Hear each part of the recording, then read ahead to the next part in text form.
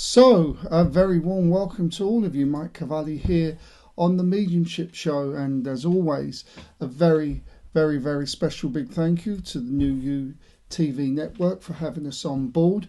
You can find my show and many other shows at www.newyounetwork.com. Well, on today's show, we're going to be looking at the language of mediumship, as I promised from last week. We're going to be looking at different energies in different places. I went to a cemetery, a forest and a park, and I'm just going to run through a few of those different energies, and hopefully that will help you, if not to be a medium, but in your life to know exactly what it is you're feeling. Just a little teaser, if you will. And I've also got a channeled message. I don't channel that often, really, but I've got a channeled message that I'm going to read out for you. It's really quite interesting. So that's on the agenda as well today. But today we're going to be looking at the language of mediumship. And it has to be said that there is no one size fits all for the language of mediumship. How I designed my language of mediumship and how you design yours are two completely different things altogether.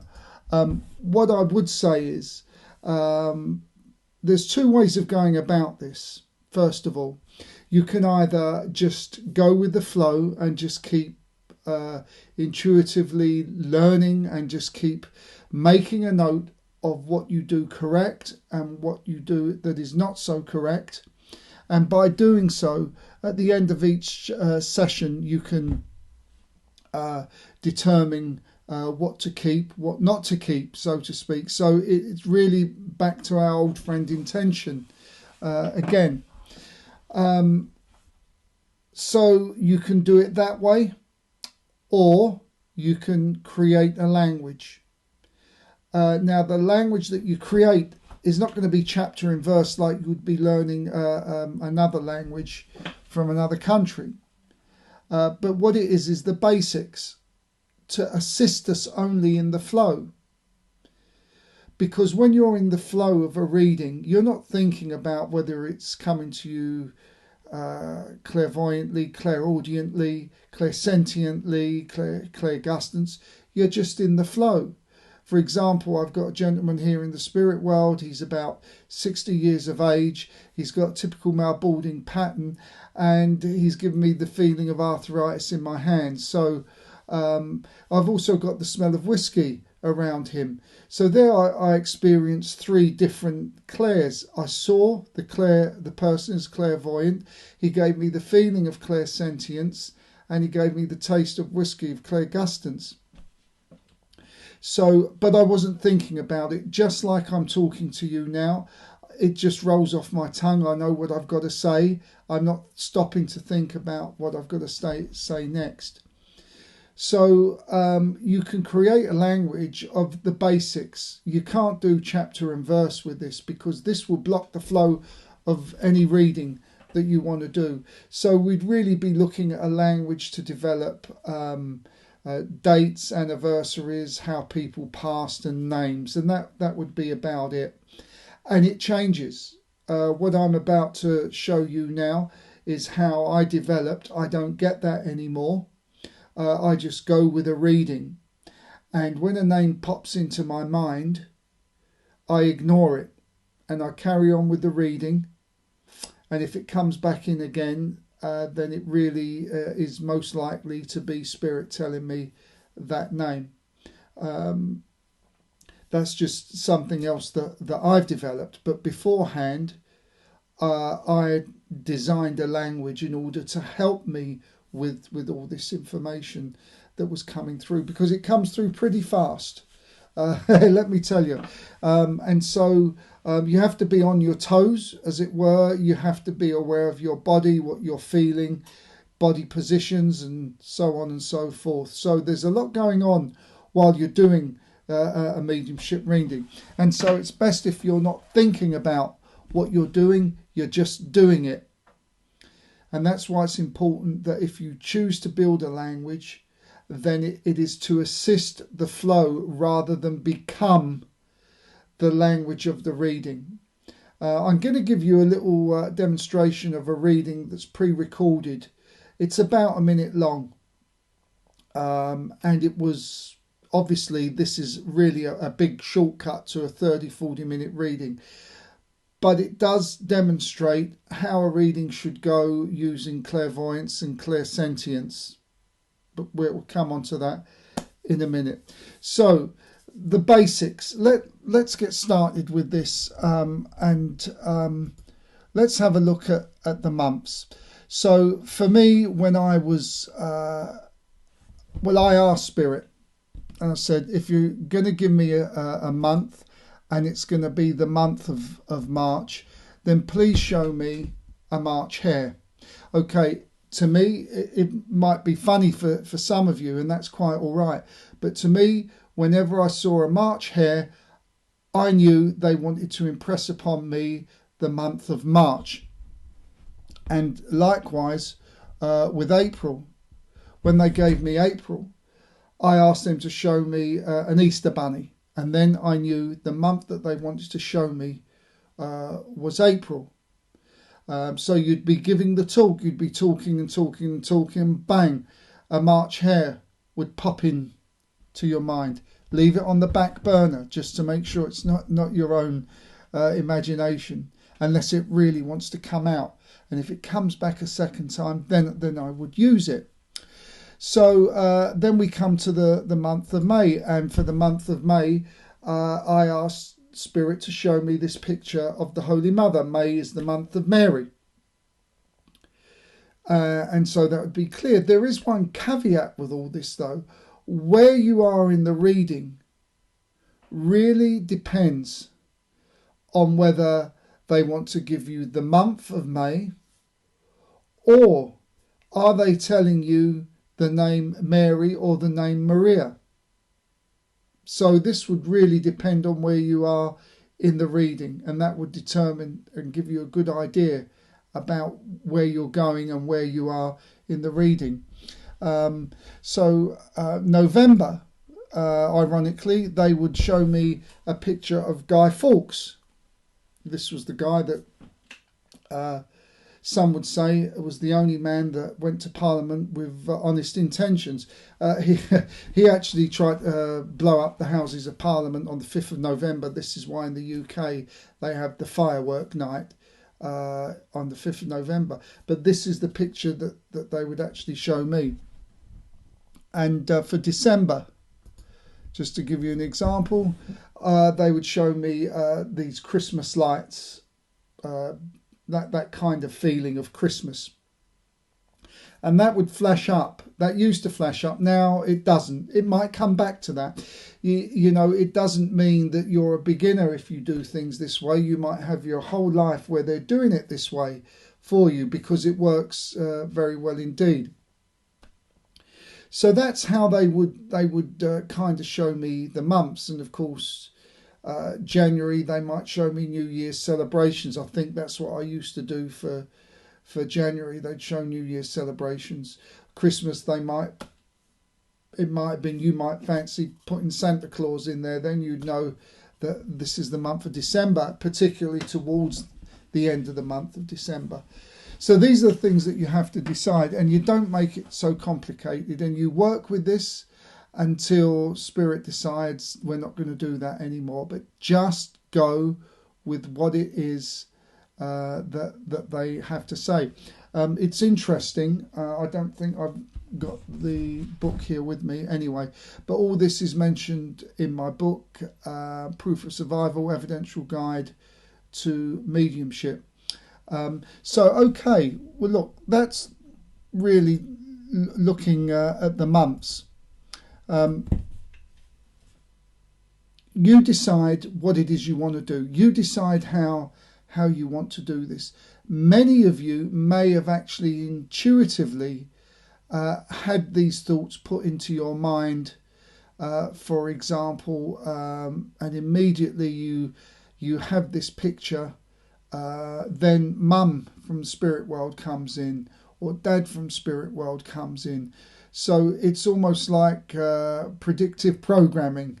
Before Mum and Dad steps in, they give you a little hint about what's going to happen. And so if you see a picture that keeps being repeated, and you perhaps smell the perfume of Mum or the cigarettes of Dad, this is a clue for you that they're working with you to help you discover or find out who it is that's with you in the spirit world.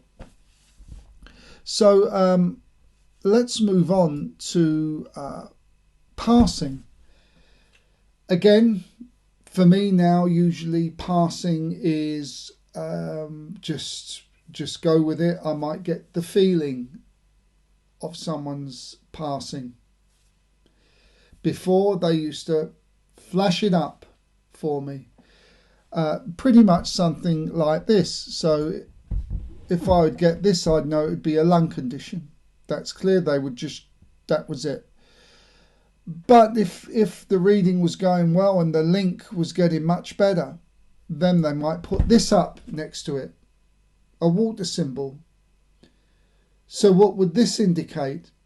This would indicate to me, I would be in the reading, I would say, would you understand that this person's lungs was filled with water or fluid and they couldn't breathe correctly, and this was the cause of their passing. It could also be pneumonia. But this would be the type of symbol that they show me. I gave a reading at an evening of demonstration of mediumship once, and I had this feeling of water filling up here, and I couldn't breathe properly, and the water was filling up.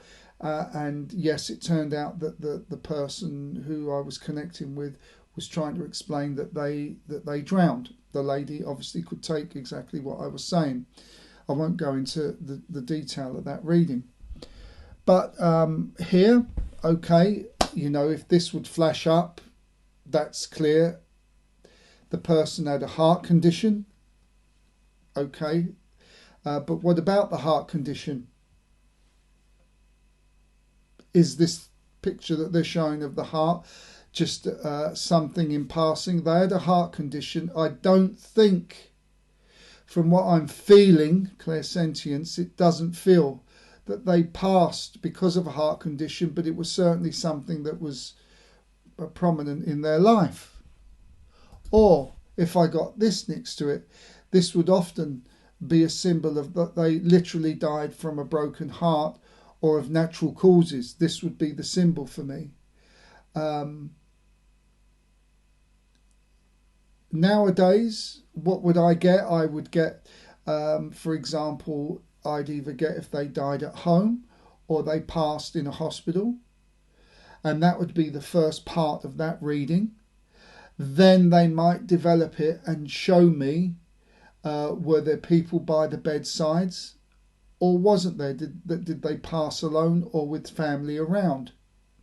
That would be the second part of the reading in that particular section.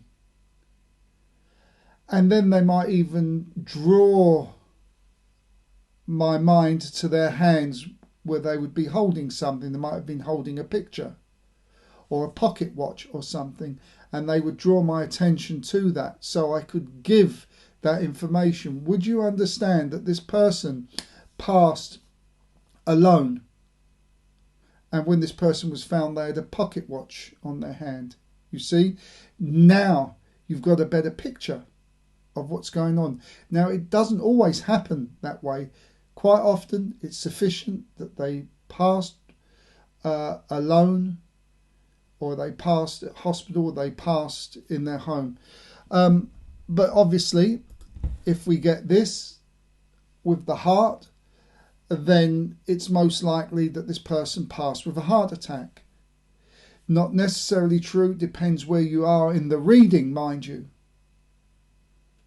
So again, this could be this person had a heart attack, and this, whilst this didn't cause his passing, it certainly contributed to it in the long run. So these are some things that that I was given. And for me, it worked very well. I'll just get rid of those. For me, it worked very well. And after a period of time, you stop seeing this kind of stuff. Well, I certainly did. And I would be given the feeling of a heart condition. Get palpitations, or my chest would literally tighten. And I want to say to people, don't be frightened by this. You're not having a heart attack, and you just ask them to step back just a little bit. You've got the message, you've understood it. You're not offering resistance. Remember what we spoke about in the other shows, offering resistance. Never offer resistance, but you've understood what they're saying, so ask them to step back. And just to recap on something, there's a difference between asking for clarification and resistance. You notice what I said earlier, if a name pops in, I'll put it on the back burner. I'm not offering resistance. I've acknowledged it. I just want to confirm that it is the thoughts of spirit putting that into my mind, and not me, not my thoughts. So I put it on the back burner. If it comes again, then great. But sometimes it comes in so powerful, woof, it cannot be anything else other than that communication from the spirit world. One of the things that a tried and tested method about getting dates, anniversaries, and so on and so forth is this little method that they used to use, and they kind of taught it in the spiritualist churches many years ago. You would ask spirit to give you just a little calendar like this, a blank calendar. So when you're asking for dates, you get this calendar like this, completely blank, and you ask them to make a number stand out so that you can determine what date it is. For me, when I started this, I asked them to put the number in a speech bubble so I'd know exactly what it is they were saying. So if somebody said to me, for example, that's great, Mike, I can understand all that, but can you give me how long ago they passed, for example, just as an example? Well, actually, it doesn't always work like that, but you can go back and ask, and they might go, bang, there you are, 18. So first you get the blank, and then they put in the number where they want, and that's how I got it with the speech bubble.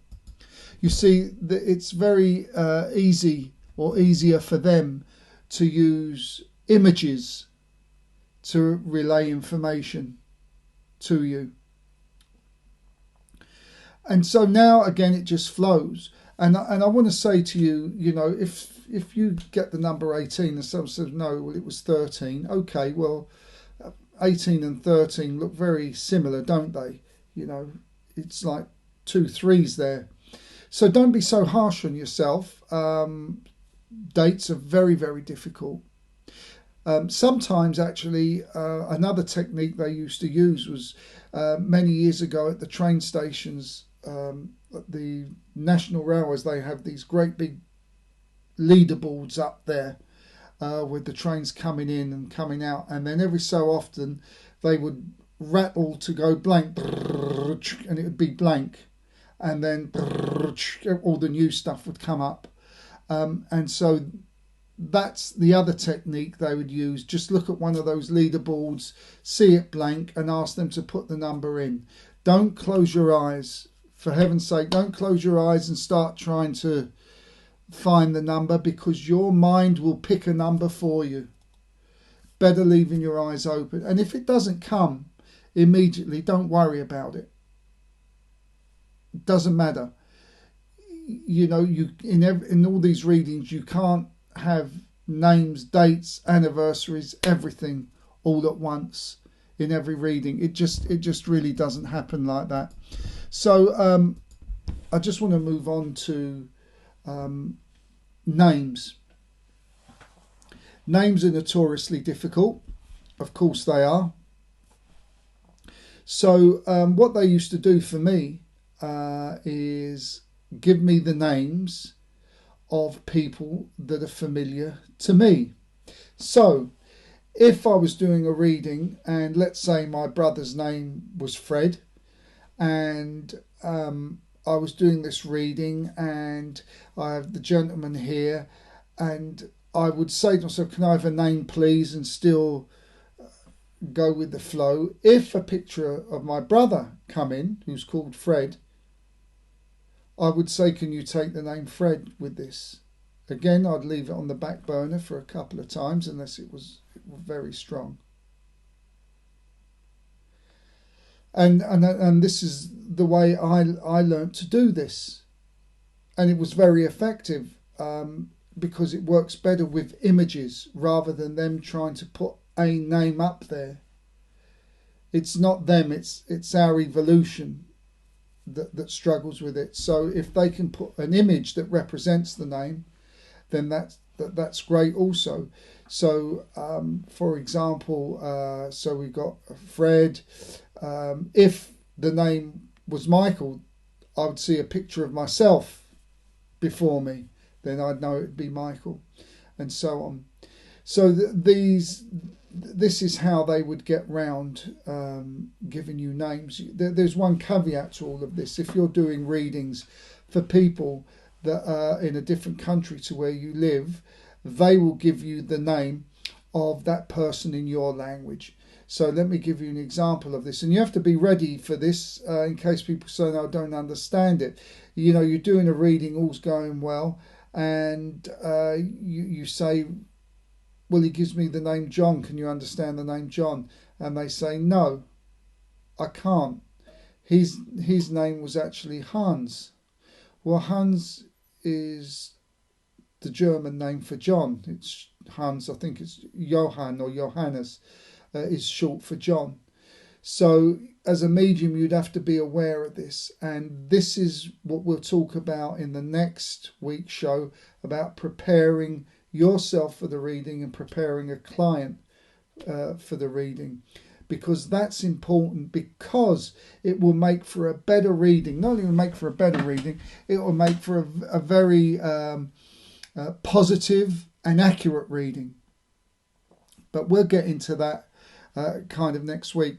Birthdays, what they would do is show me a birthday cake, and they might print the number on it, 18, 20, 50, 60, something like that. They might, for example, have the birthday cake, and if it certainly was for John or Michael, they'd have the birthday cake and the picture of me. If the person was called Michael, they'd have my name or my picture there, so that they know it was Michael's birthday or Fred's birthday. And the same thing here for anniversaries. If I was to be shown an anniversary, I'd be shown a wedding cake with a man and a woman on the top. And if the passing was at an anniversary, then one of them would be laying down, and they'd bring a wreath and show me, put the wreath next to the person laying down. Then I would know that somebody, that this person, be it the male or female, passed in and around the time of their anniversary. So you can see they use a lot of images. This might be reinforced with clairsentience, the feeling of how they died. And then we get back into that reading. Did they die alone? Were they in hospital or at home? And all that we simply just spoke about. So these are just ideas. They're not cast in stone. It is a language designed to assist you with the reading and not to be part of the reading. It will block the flow. It's just there. They're just tools to help with the clairvoyance, the clairaudience, if you like, or the clairsentience. They're just there to help you. So you should not make this sacrosanct. As I mentioned, the other way is to simply just allow for the flow. allow for the flow, and always be aware that when you're doing the reading, ask the question, can I have a name please? Da da da da da da da. Talk, can I have the name please? Don't be frightened to talk. Don't be frightened to keep going through it. Keep the flow going. Keep the conversation going. While you have that flow, you have a better chance of keeping the communication going, and keep the person you're doing the reading for active. Hear their voice all the time, and keep this three-way energetic cycle going. It's so important, and you will find that readings are much better when you're able to keep talking in the flow of things rather than stop and then think about what it is and then go on to the next bit. Look, quite often that does happen. It has to be said that you have to stop and then get the information and go. Live demonstrations of mediumship, you're more likely to go with the flow, because there is so much energy flowing with you, flowing in and around you, that it's more likely that you would just be talking to the congregation or the audience, just like I'm talking to you now. As you can hear, I haven't stopped talking. So this is a habit I think would be good for you to get into. So okay, well look, that's the language of mediumship, and next week I think we'll look at preparing yourself for a reading and how to prepare the client for a reading. This is a one-to-one reading. This isn't evenings of clairvoyance, because you can't prepare lots of people, but as a one-to-one, you there's information that you should share with them before they come to the reading, and this will make for a good reading. So prepare to fail, or fail to prepare, prepare to fail. So okay, look, earlier today I took a little stroll in 3 places. We're going to now look at energy, and whether you want to be a medium or not, or just understand a little bit more about the mechanics of mediumship, the mechanics of energy. I went into a cemetery, a forest, and a park, and I wanted to express the different energies, because I feel that the energies are very, very noticeable. Well, they certainly are to me.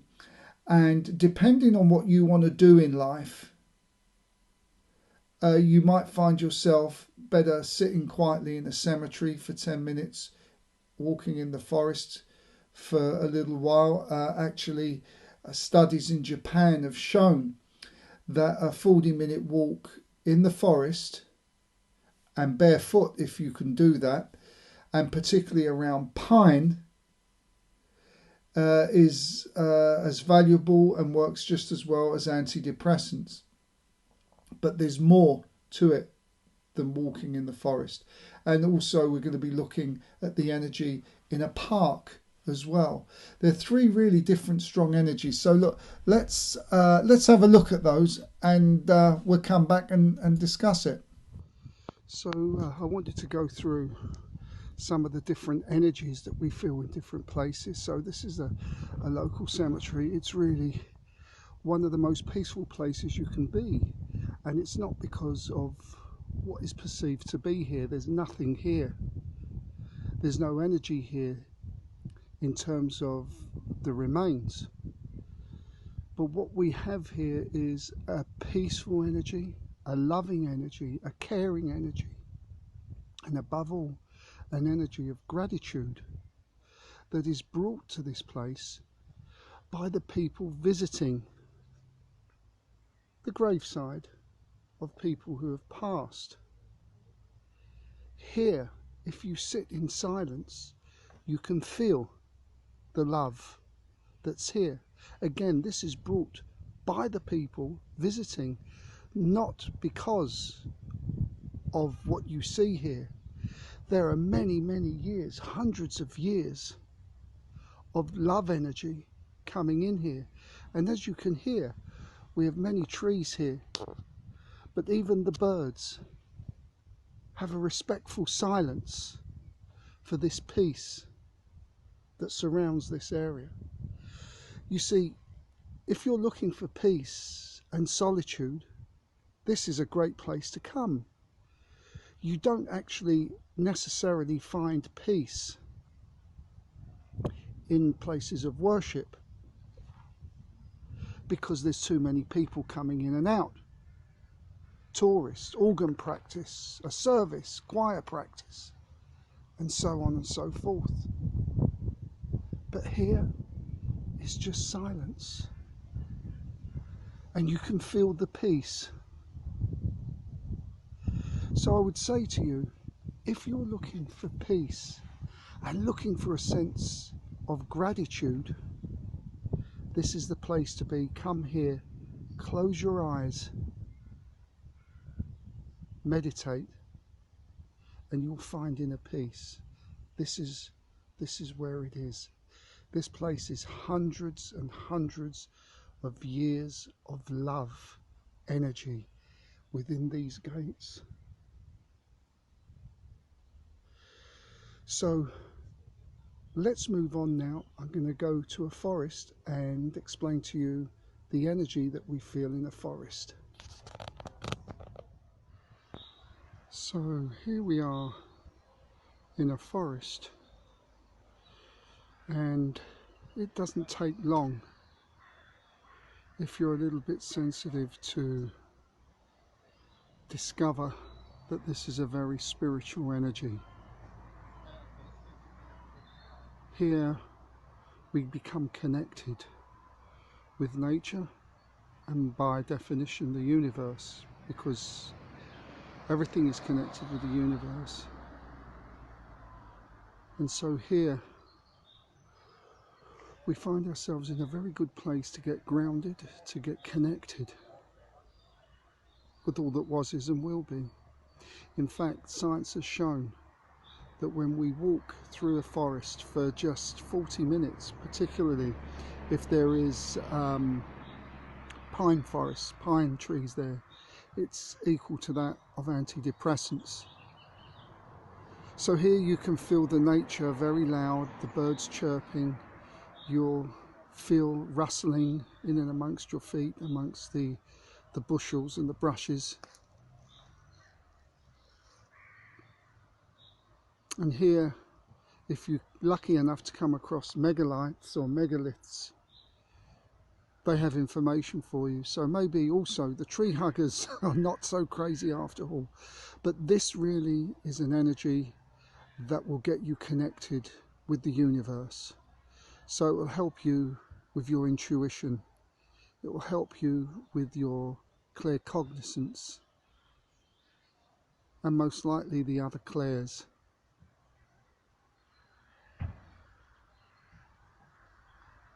Of course, if you're lucky enough, you might see some elementals. But most definitely, this energy here is an energy that connects you with the universe. It's a beautiful energy. And by walking through this wonderful forest, it gives you the opportunity for reflection. It is a higher energy, actually, I feel, than in the cemetery. It's naturally a different energy,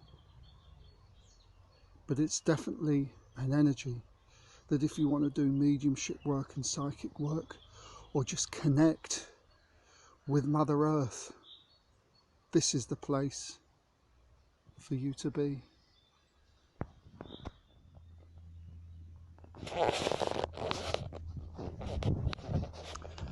Okay, so here's the third and final energy that I want to speak to you about, and this is the park energy. Now, the park energy is a lot more vibrant than the other energies. Here we have noise, we have community, we have gatherings. It's a very earthy energy, and we need this. Why not? We're on the earth plane. Here you will see gatherings. And even if you wish to be alone, but around people, this is the perfect place to be, because the energy within the figurative walls of this park remains, so that you can find your solitude and yet not be lonely.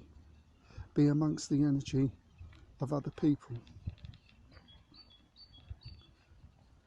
This energy here is also an energy of reflection. It's a lot heavier than that of the cemetery and that of the forest, but it would be, because it's a very, very earthy energy. But apart from reflection, this energy here in parklands also promotes critical thinking as you sit and you observe. So you have this observation energy, this reflection energy, and therefore this ability to think clearer and to be able to perhaps begin a process of critical thinking. But here it's also a very creative and joyful energy here. Here we can sit, watch, observe, and focus our attention also on our plans and what we want to do. Why? Because here, once again, there's a lot of joy. This is a joyful energy as people come together, families come together and picnic and play, all within the confines of the figurative park walls. And of course, once again, like the cemetery, there is hundreds and hundreds and hundreds of years of this energy being placed into this area. So this is a great time, a great place for you to make plans.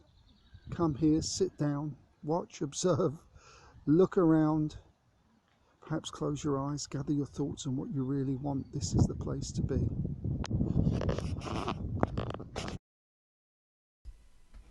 Okay, so those were the different energies, and we can go further than this. If you go into an old castle and places like this, you'll find even more different energies, and by touching walls and so on, you can start to do some psychometry, that is getting information by simply touching the wall.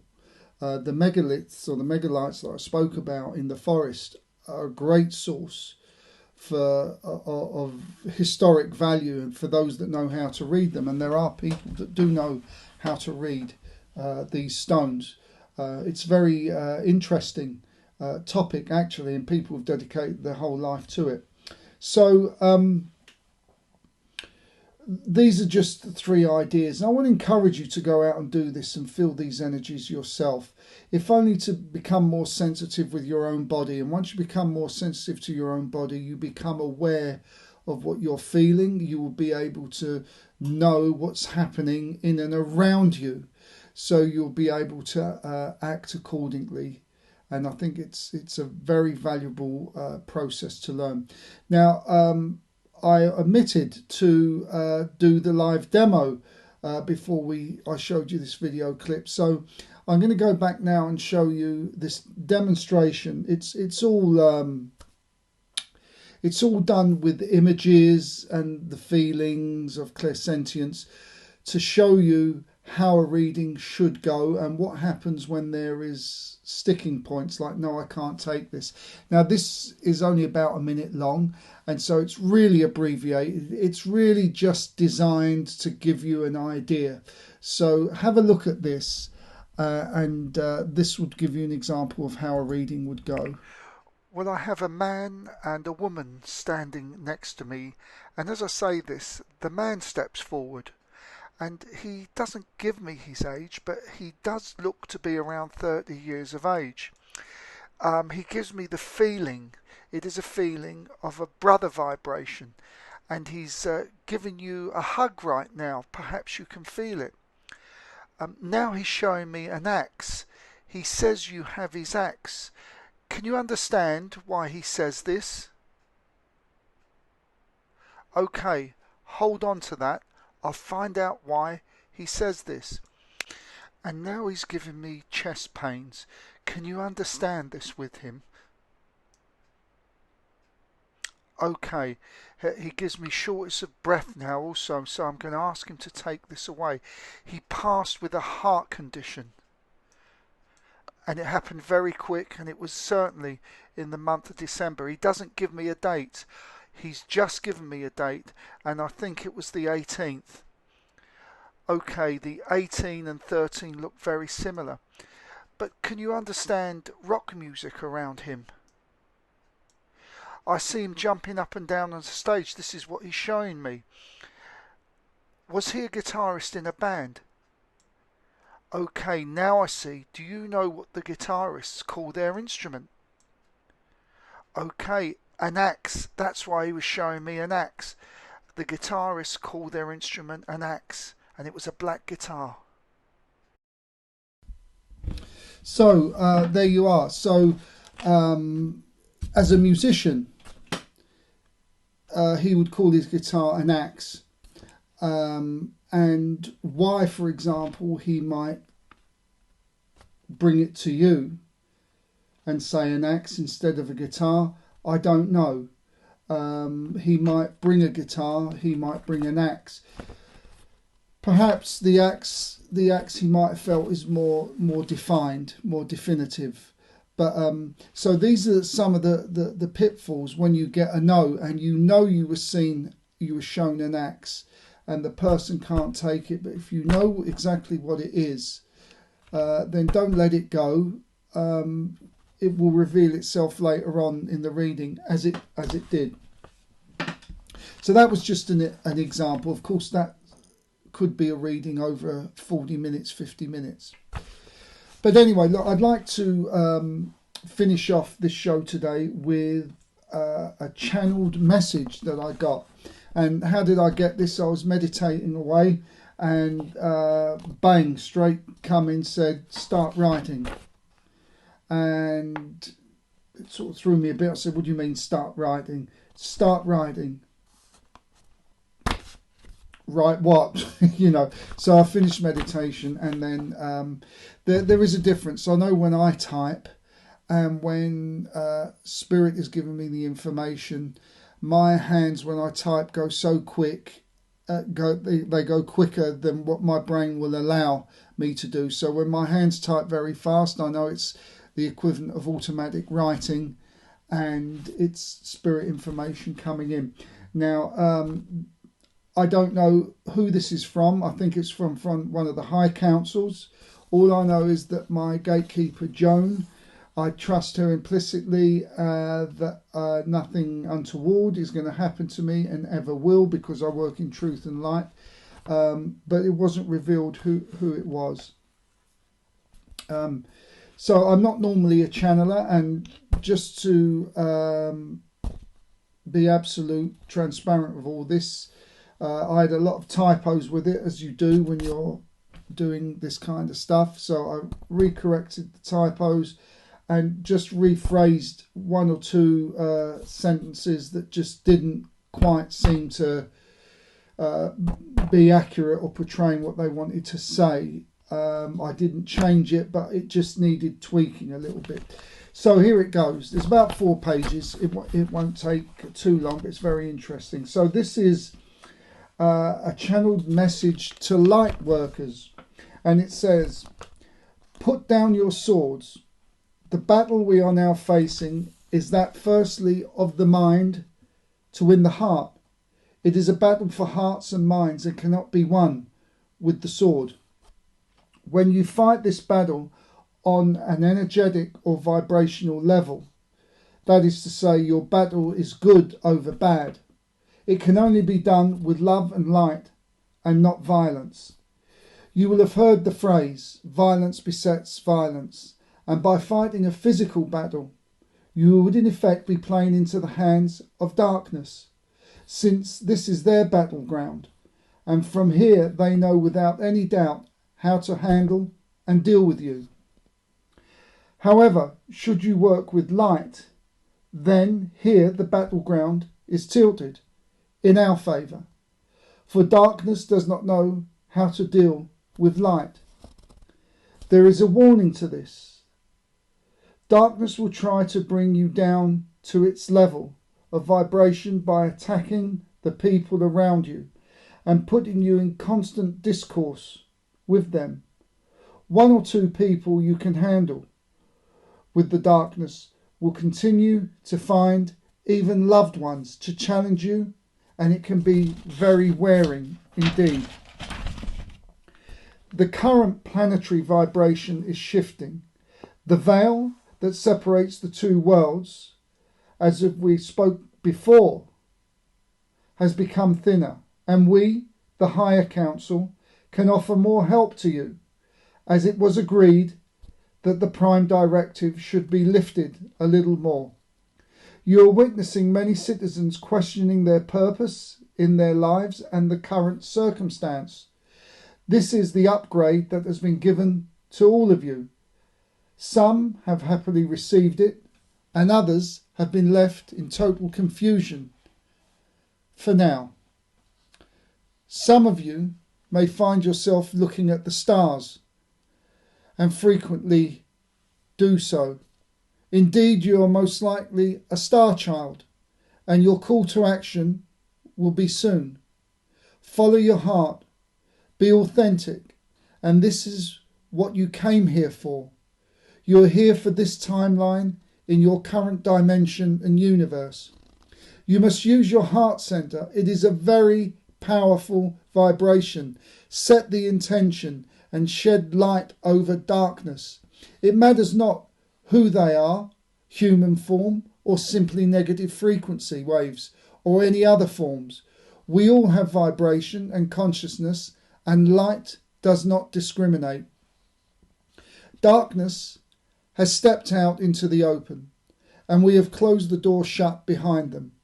The energy cannot return from its safe house, and so in effect we have forced their hand, and in desperation they have in turn been forced to speed up their agenda. By doing so, the true purpose of their actions is coming to light. It is now your job to deliver the final blow. We thank you for this opportunity because it is your consciousness that has been sufficiently raised that has forced darkness into this position. All is not what it seems.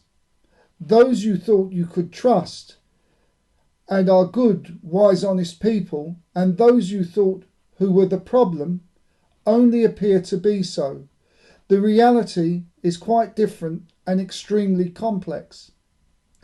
The battle has been fought out on this planet over centuries, time and time again. Famine, plagues, internation wars.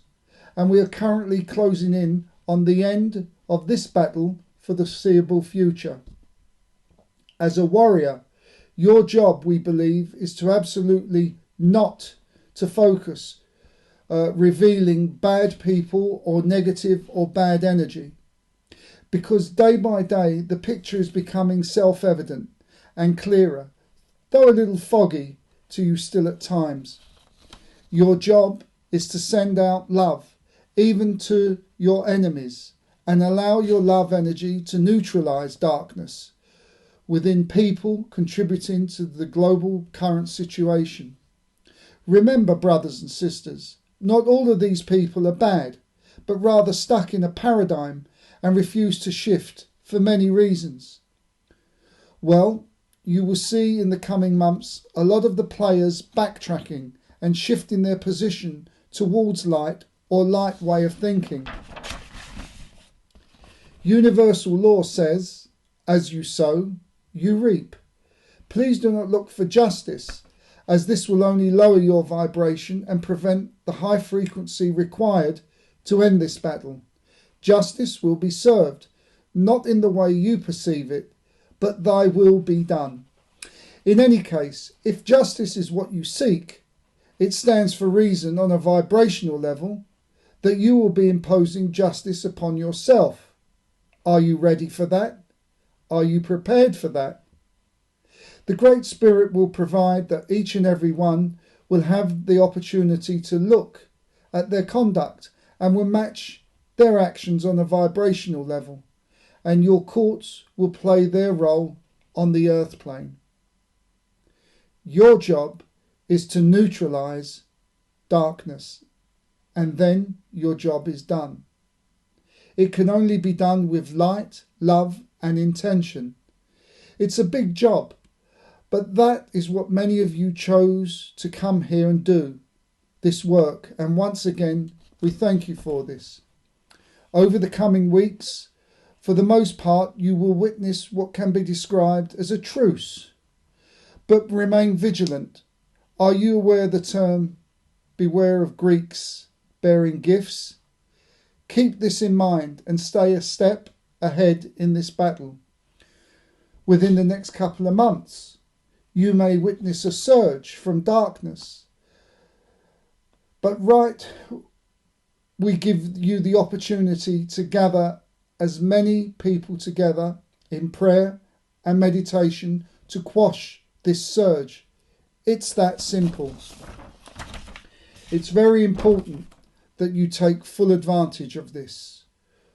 We are downloading some small changes to your DNA to accommodate the new information that many of you will be receiving soon on a daily basis, sometimes in sleep state, other times while you are daydreaming.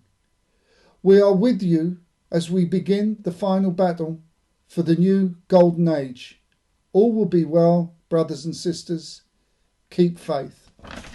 So that was the message. That was the channeling. Very interesting, I thought.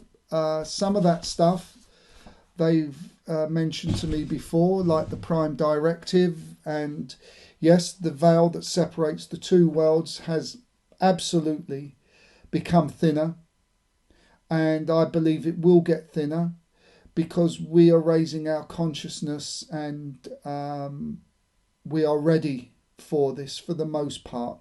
But it will be a drip, drip, drip effect because there are others that are not ready, and it will scare the bejeebers out of them, excuse me. So it's very exciting times. And so I ask all of you, in your own way, to not judge, to not be fearful, to not be scared, to go out, be creative, be joyful, set intention for love, joy, peace, harmony, even to the enemies or perceived enemies. Shed the light over them. To the world leaders, forget party politics, just pour the light over each and every one of them, and we will win this battle for what's going on in and around now and for the future. So we can do this. It's all in our hands. So look, that's going to be about it for today. We've sort of kind of run out of time. I'm going to be back next week, and we're going to be talking about how to prepare for a reading and how to prepare the client for a reading. So whatever you're doing this week, make it a joyful week, a loving week, a happy week, a creative week, and don't live in fear. And I look forward to your company next week. Bye-bye for now.